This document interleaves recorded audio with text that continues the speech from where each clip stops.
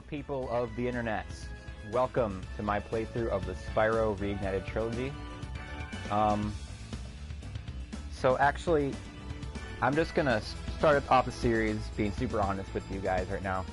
I have already done this, I already streamed this, I got the video, downloaded it, started cutting it up, started to work on editing it. But the first couple episodes of the game, I realized there were some audio issues. Hopefully, none that's happening right now. I can't really hear my own playback right now, but we're gonna hope that doesn't happen this time. So there was just like some issues with like really bad echoing and the mic cutting out and stuff like that early on. But around like World 3, it kind of fixed itself. Like I figured out what was, well, I didn't really figure out what was going on until I started my second stream where I did Spyro 2. I haven't finished that game, by the way. But like halfway through this game, it got a little bit better. And now I've figured out what the issue was. So I'm just going to redo the first 2 worlds of Spyro 1 right now for you guys, just to make sure you have decent audio quality. Probably do some extra sound checks and stuff before we actually get going with the gameplay. But enough of that right now. We are going to 100% all 3 of these games. Although I'm actually, I'm on my practice file right now, just to be able to redo the first game. So let's just get started with that right now. I'm just going to do the opening cutscene, not going to talk over it. Let's do this. That's the wrong button. God damn it. Okay, here we go. Nice. In the world of dragons.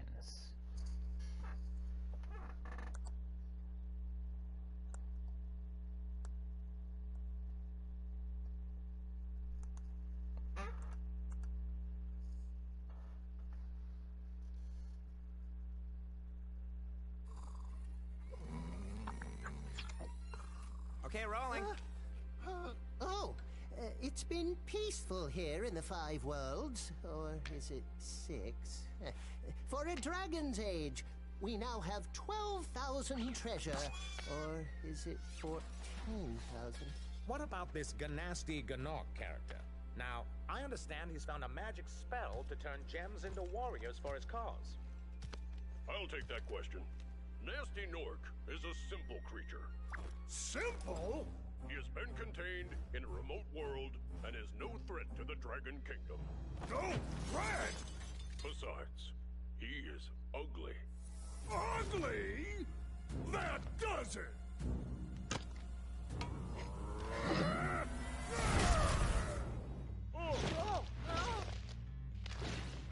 Huh?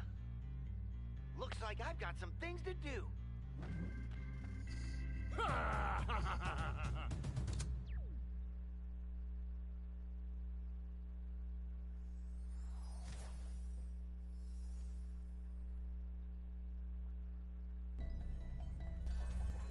Alright, after a quick sound check, let's get started here. Nestor.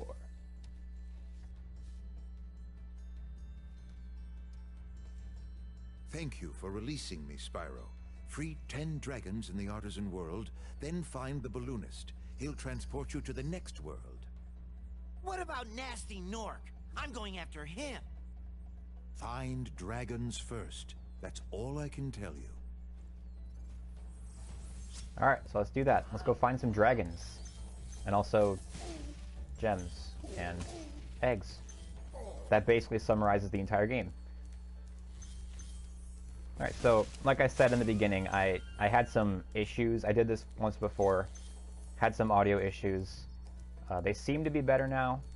So I am just going to be redoing the first 2 worlds of Spyro 1. I'm pretty sure. I haven't like watched through all of the video for... I'll talk to this guy. If you prove your worth by rescuing 10 dragons, then you may use this balloon to fly to a new world. Someone get this guy a tissue. He sounds like really nasally. Anyway, what was I saying? Oh yeah, I haven't listened through all the audio for the entire first game. I did finish the first game on stream a while ago. But it seemed to be better once I got to the third world, so I'm just going to be redoing the first 2 worlds in this stream. Then I'm going to resume playing where I left off in part 2, which was after the first world of Spyro 2. Argus! Cool flash. Do that again. The Artisan's boss is through a portal in the Dragon Mouth, but you're not yet ready, Spyro. First, you must complete one of the other Artisan lands. Although, so yeah, I'm basically doing the first 2 worlds 100%. And then also there is one part of World 3 where I had some issues on the previous recording, where my controller died in the middle of the level. And so I switched controllers, but for some reason when I did that, it like threw off the whole like balance with the audio and everything, and the game volume was like way too loud. It's like you could barely hear me talking. Tomas. Hey, Spyro, press the jump button twice to glide. And don't be afraid. Afraid? Of what? Falling from high mountain peaks? Plummeting into prehistoric glaciers? Oh, that. Oh, that. That's nothing to be afraid of. I think he was confused. You see him, he like switched directions like 4 times. But anyway, so I'm gonna redo the first 2 worlds and then that one level in World 3, and then hopefully I'll be good for the rest of this game. I'm pretty sure the audio's fine for the rest of the original recording. I hope. If I have to redo something, it'll be no big deal, I guess, but I'd rather not. So, I'm done talking about recording failures. Let's talk about the actual game. So this game was basically my entire childhood. It was actually my first game I ever played back when I think I was 6, something like that. So I was a wee lad, and I beat this game. It took me like quite some time. I'm not really sure exactly how long it took me. Probably a couple months, or maybe even closer to like a year, probably, because I was a little child and wasn't very good at games. Look at this guy, Delbin. Where's Nasty Nork? I'll torch him. Keep your horns on, Spyro. You have much to learn first. Do you know what the dragonfly following you is doing? His name is Sparks, and he's helping and protecting you. Keep an eye on him and see what I mean.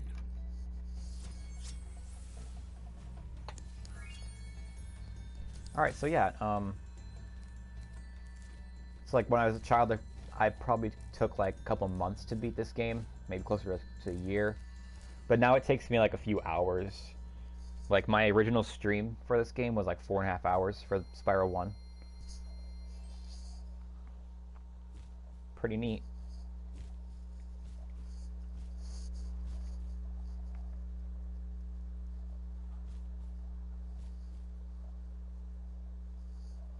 Alright. Let's get started. Stone Hill. If it'll ever freaking load. That's the only problem with this, the remaster for me, is the load times are a bit much, but I guess you can't really fault them for that when you're loading this absolutely gorgeous area. So I guess it makes sense, I suppose. At least they give you stuff to do during the loading screen. Although it'd be cool if there's like a little mini game or something you could play while you're waiting. Kind of like how when the internet goes down, you can play the little dinosaur game on I don't know if it's just Google Chrome or whatever, but like the little dinosaur game, something like that. Like I want to be able to like collect something while I'm flying, just to pass the time. Astor. After you've freed all the dragons, pass through this fancy vortex thingamajigger. It'll take you back to the Artisan Home. But first, let me tell you a story. No thanks. See ya.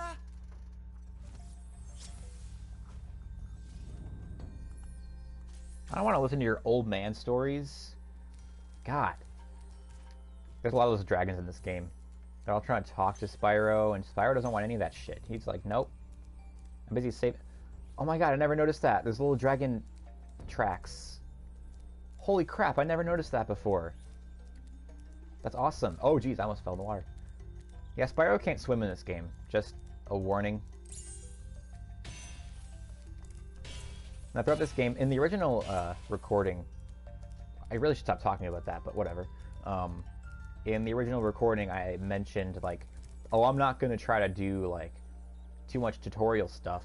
It's mostly just going to be me casually playing the game. But, like, later on in that episode, I basically devolved into just doing tutorials anyway, so I'm not going to pretend to be making this, like, a casual playthrough. I'm probably going to be talking about the game a lot. Just, like, tutorial stuff, telling you guys what I'm actually doing, giving you guys little tips and stuff. But I'm also going to try to mix in a little bit of other stuff. Just because if I talk only about the game, it's kind of a little boring. Lindar.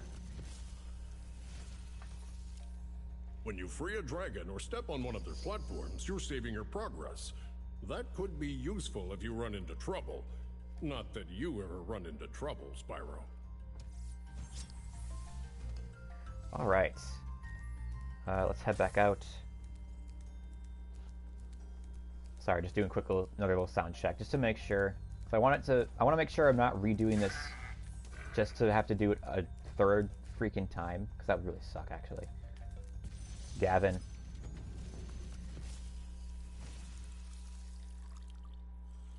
Watch the dragonfly, Spyro. His color indicates his power. When he eats butterflies, he stays strong. Like me. Sure. Okay, here's the chest we got the key for. I recommend going into that, the other path and getting the key first. Just so when you get down here, you don't have to go, where the fuck is the key? And then, like, wander around trying to find it. I mean, if you don't know where the thing is, that makes sense. But if you're watching this, just, I don't know, if you've never played the game before and you're gonna try it, go down the other path first, get the key, because then you don't have to backtrack. That's how much I played this game. This first game, I know, like, the best strategy for, like, every level pretty much. Like, I've beaten them all so many times. It's like second nature to me now. I don't have to even think about it when I'm playing the game. Now, Spyro 2 and 3, there are some bits that I'm definitely going to screw up on. And I'm sure that's going to be very entertaining for all you people watching. Because for some reason on the internet, people like to just watch other people in pain. Whether it's like physical pain or like getting pissed off at a video game. Rescue Gildas. Spyro, my friend, how about a hint on gliding? You bet. For the longest glide, press the jump button at the top of your jump, and try pressing the action button to drop down mid-flight.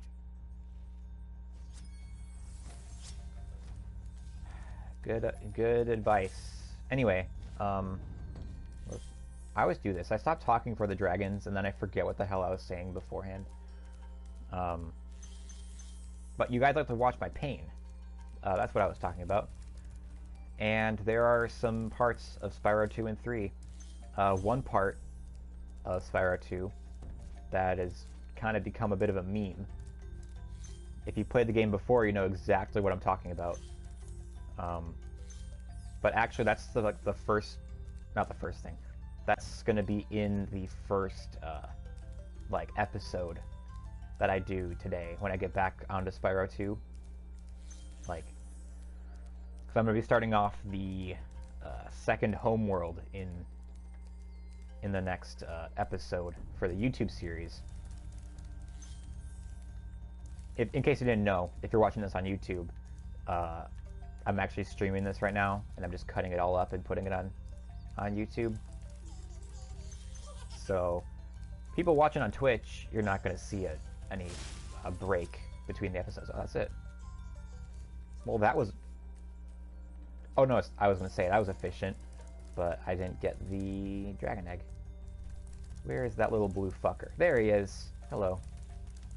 Oh, also, I'm going to be getting all the skill points. So for this level, you gotta burn the hidden pink tulip, and, well, there it is. I do get the skill point throughout all 3 games. At least I hope so. I haven't gotten to Spyro 3 yet, and that's where the hardest skill points are for me. But I do get the skill points throughout everything else I've recorded so far. So once you get back to the actual stuff I recorded like 2 weeks ago, you'll see I've been getting all the skill points. And there's the egg. And that should be 100% complete. Yep. Alright, let's get the hell out of here.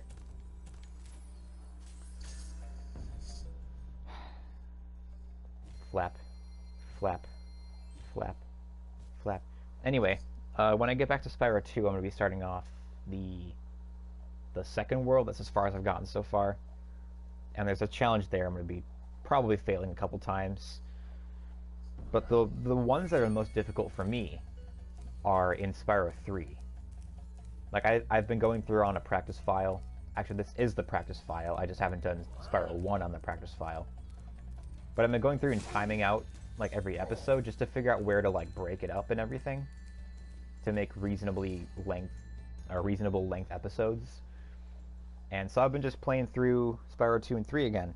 And right now I'm in the middle of Spyro 3. And there are a couple challenges on that game that I still struggle with, even though I've played the game a million times. I haven't played Spyro 2 and 3 as nearly as much as this first game. So when we get there, you guys are going to enjoy my suffering. Alright, Dark Hollow, one of my favorite levels in the game. I don't know why. I think it's a lot of nostalgia is why I like this level so much. And also it's gorgeous. Just look around. Like, the fact that they made it like a library, it's awesome. The lighting and the ambience. Speaking of that, I think I have the original on. For the soundtrack, I've chosen to use the originals because I prefer them in general. Not that the Reignited soundtrack is bad or anything, but I just think this one's better. I don't know, if I play through this game again for YouTube, I'm thinking about, once I'm done with this playthrough, doing another one where it's literally just a tutorial, like a full walkthrough and everything. If I do that, I think I'm gonna make it with the Reignited soundtrack on. We'll see. Oswin. We'll see. Spyro, wanna know a secret? Use the action button when you want to zoom in and look around. Oh, your secret's safe with me. Hey guys! Did you know you can use the action button to zoom in and look around? I just betrayed him. I told everyone his secret. You guys all know now. That was stupid. Anyway, I was going to talk more about my childhood with this game. So, the first time I ever played this game, it was like a demo. And it makes me sound old. And I guess I kind of am. Not really. But there was like a demo disc that I had. I think the PlayStation 1 I had was my dad's. And then he let like us, when I was a kid, he just let me try it out, play a few games. And one of the things he had was a demo disc with a bunch of like PS1 games. Here, I'm gonna get this guy real fast. Alban. Oh, it's you. I wasn't sure if you'd escape those annoying little creatures. Of course they wouldn't bother me, but here's a hint. Their metal armor is fireproof, but a charge attack will take care of them. Anyway, there was like a demo disc with a bunch of PS1 games. And like the main one that I would play was Spyro the Dragon. So it basically, and that was like, this is when I was like a really little kid. I didn't understand anything about video games at all.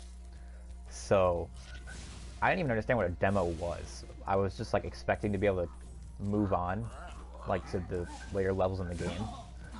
And so basically the demo let you play the Artisans Home world, Stonehill, and this level, Dark Hollow. And I would always try to like move on to like other levels, and I was like stuck. I was like, why can't I, like, how do you get to the other levels? And then I realized it's a demo. And I was like, oh my god, Mom and Dad, can you please get me the full game? And then they did. And then I've been broken ever since. Something cool about this level I noticed is if you look up, you can actually see shooting stars. Hang on. It'll happen eventually. There you go. See it? Let's do another one. There's another one. I'm gonna go 3. Please. Please, please, please. Please. No. There's one, okay. It was faint. You saw it. Shooting stars. Nice little touch. They didn't even need to do that. It's like such a small detail, but the fact that they did it, that's just like, that's some nice attention to detail. I'll get this guy first. Darius. Big enemies like this Nork with the club cannot be charged, but a quick flame, that should defeat them. Alright, this guy, I've noticed this guy actually hits you like pretty quickly. Like when I first played this, there are some differences with this, the remaster, and I think they make the game a little bit harder, in my opinion, than the original. One of those differences is that some of the enemies are like a bit more aggressive. They just seem to hit me a lot easier than they used to.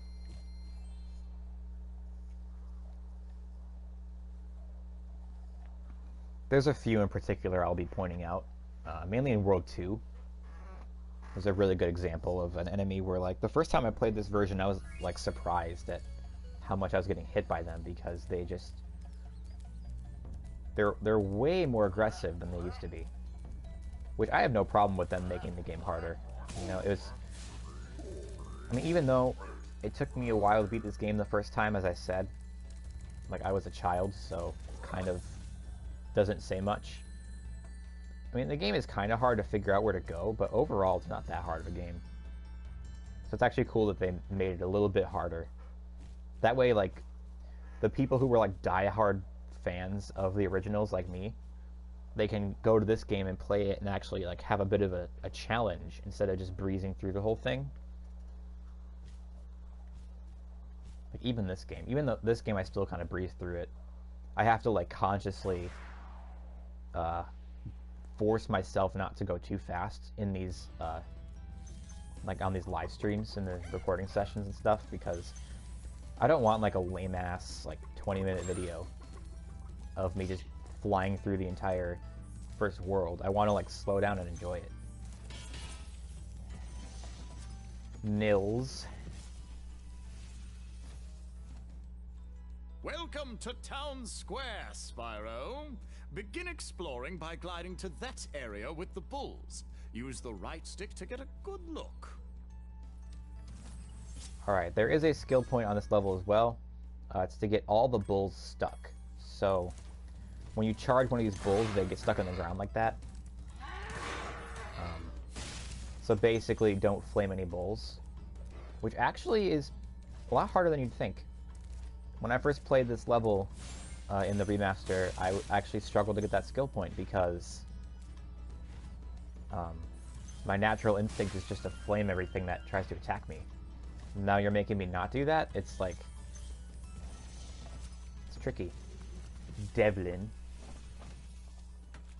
Thanks, Spyro. I have the worst itch on the tip of my wing.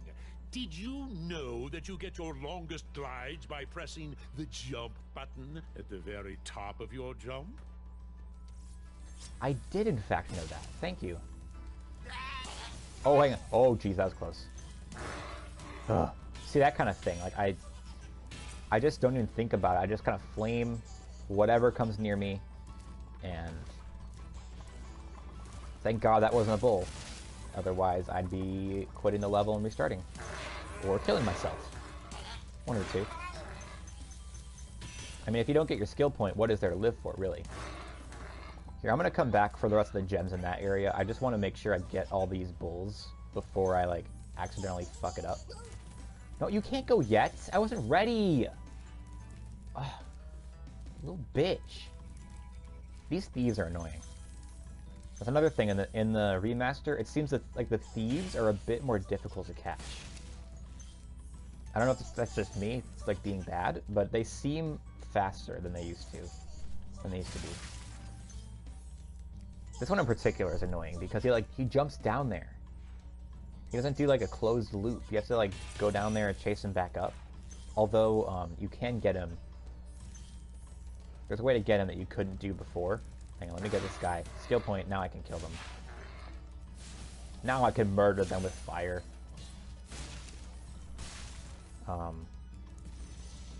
4. Thank you for releasing me, Spyro. You can always check your progress by accessing the guidebook through the pause menu. Alright, that should be all the gems up here. I'm gonna go around murdering all these bulls. Sorry, guys. Hopefully I got all the gems, I think. How many am I missing? 6. How am I missing 6? Where am I missing 6? Well, god damn it. I'll find them later. Alvar. Spyro! Did you see a man dressed in blue running around here? He's a thief, and he's stolen a dragon egg! You've got to track him down and get that egg! Run! Run! I'm getting a little winded. Calm down, dude. I already killed him. Alright, now where... What?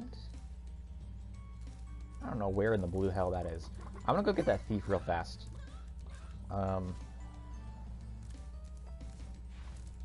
So the way to get him... Like before, if you jump down there to like chase him back up, he would jump up so fast, there's no way you can actually get him. Like he has to come back up here and you have to go all the way back around. Oh, is that them? Is that a blue one there? I think it's a blue one. Okay, let's start with the gems. But here, if you flame in midair,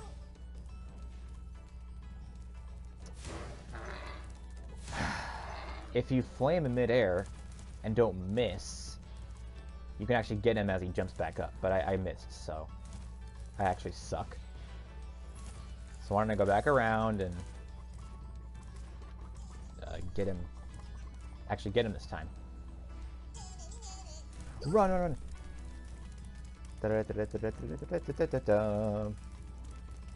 Die, bitch! Got him. You can also get him. You can get him like right before he jumps down, but it's kind of hard to do. And that should be the rest of the gems right here. And nice. That's 100% level complete. That's all 3 of the main levels in the first world. So now let's head on to the flying level. The flying levels, a lot of people have a really hard time with these. I'm not saying I don't, but like, again, I've played this game so many times. I just know the best route for all these flying levels, and that's really the hardest part, if you ask me. Like when you first get to these levels, the hardest part is figuring out what to do. There are still a few that are pretty chaotic that I still struggle with sometimes whenever you do those, but those are near the end of the game, which, because of technical issues, I've already done those, so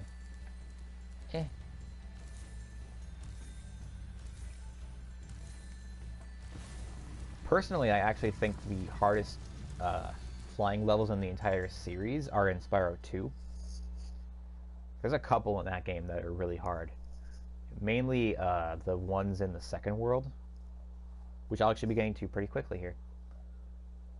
That's pretty cool.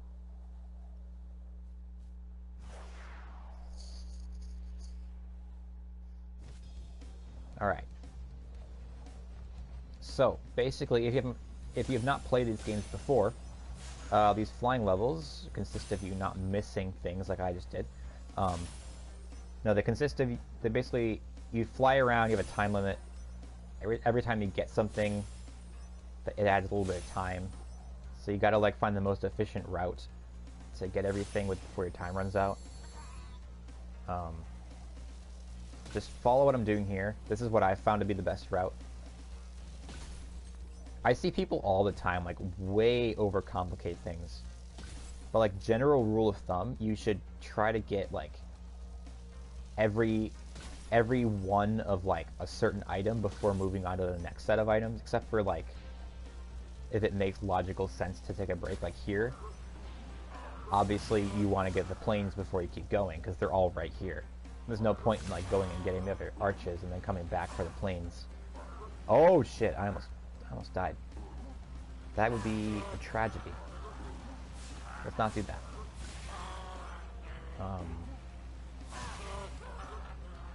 But, like, in general, there's a couple tips you want to know. Try to get everything from, like, one set of 8 before you move on to another one. For moving objects, like the planes, where's the last one? Where is he? Oh my god. I fucking failed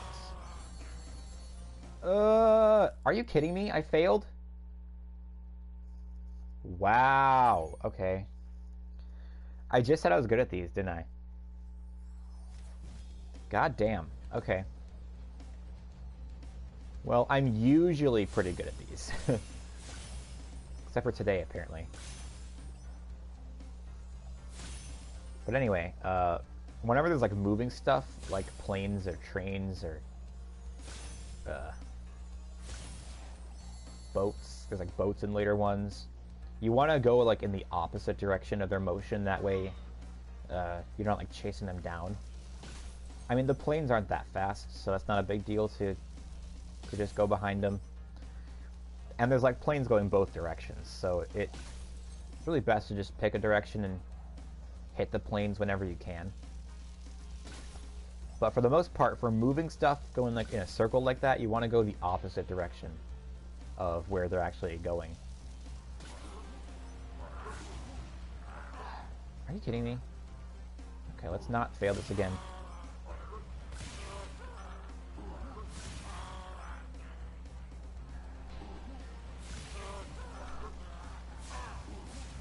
Sorry, I'm trying to, like, focus on this. It's weird. I want to, like, focus on the level, but I don't want to stop the commentary. Okay, there we go. Now, oh god, this is going to be awkward. Get it, yes. Now you want to take a sharp turn, swoop down, and start getting trains. The trains are the ones where you really want to go the opposite direction, because they're a lot faster than the planes, it seems like, at least. And you don't want to be following the tracks, like, the other way around, trying to catch up to trains, because that's just not efficient. But instead you want to do it this way, because I just did it. So, haha. Alright, I actually do this throughout the entire series, but any of you guys watching on YouTube, I want you to comment down below, what is your best time for this flying level? I want to do this for all the flying levels. And I'll, like, reply to your comments, and I'll, like, pin your comment if you have the best time. Make a little competition out of it in the comment section. I think that would be really fun. Get some interaction going on here. Alright, so that should be about everything in this world except for one more level. And that's the boss level, so let's go do that real fast. So now that you've... Sorry. Like the dragon at the beginning said, once you complete a level, like one of the other levels in this world, you unlock the dragon mouth, and so you can go fight Toasty in this awesome lighting. It's so amazing.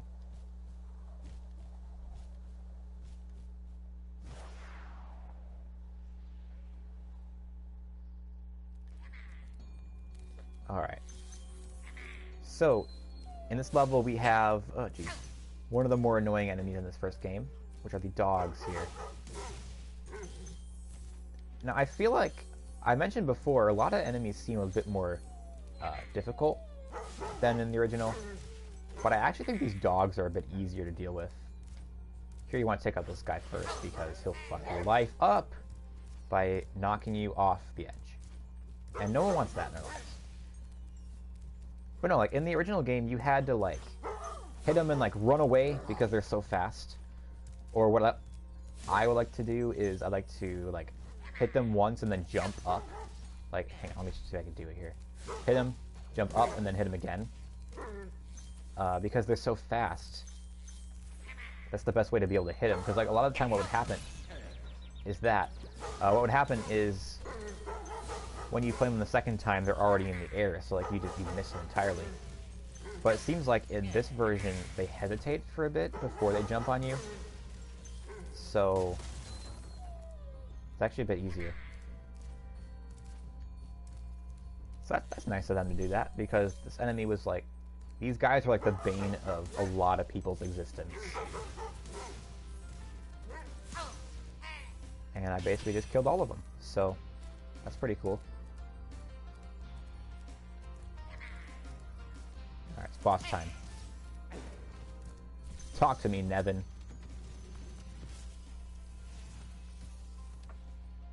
Nasty Nork has put one of his most devious henchmen in charge of the artisan world. Bring him on! I think I smell a barbecue. Be careful, Spyro. Toasty has many tricks up his sleeve. Dude, a barbecue sounds awesome right now. Let's go, man. Let's have a freaking barbecue. Now, the one thing about this first game is the bosses are kind of underwhelming. They're like really short. They just feel like sort of a little slightly bigger enemies rather than like full-fledged bosses, you know? They're a little bit too easy if you ask me, but whatever. It's no biggie. I missed gems, didn't I?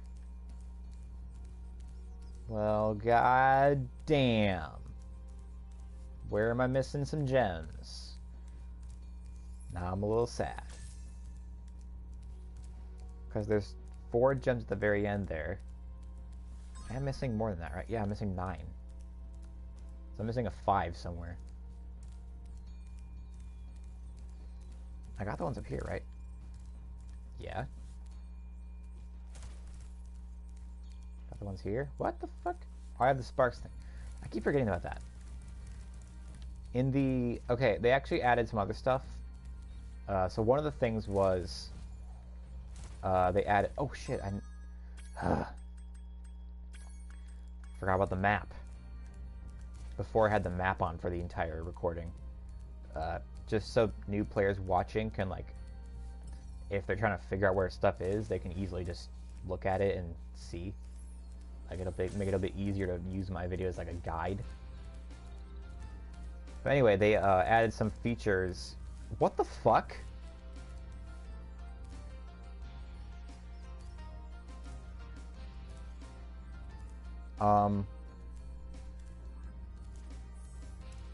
That's awkward.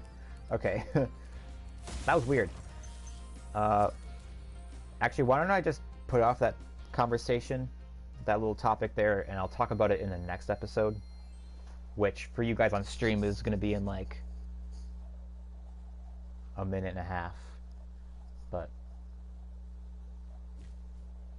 because I'm just gonna like start talking about over the like be standing around like wandering aimlessly at the end because I have nothing else to do for this first episode, but I want to finish talking, so I'm not gonna do that. I'm just gonna wait for next time. So now that you have gotten 10 dragons, actually 16 dragons, right? Yeah. You can go down here. Wow! I see you've been busy rescuing dragons, Spyro. You may travel to the Peacekeeper's world if you like. Are you ready to go? Yeah, the requirements are pretty easy to meet. If you're going for 100% of everything, you should have plenty of dragons by this point. You should have well over 10.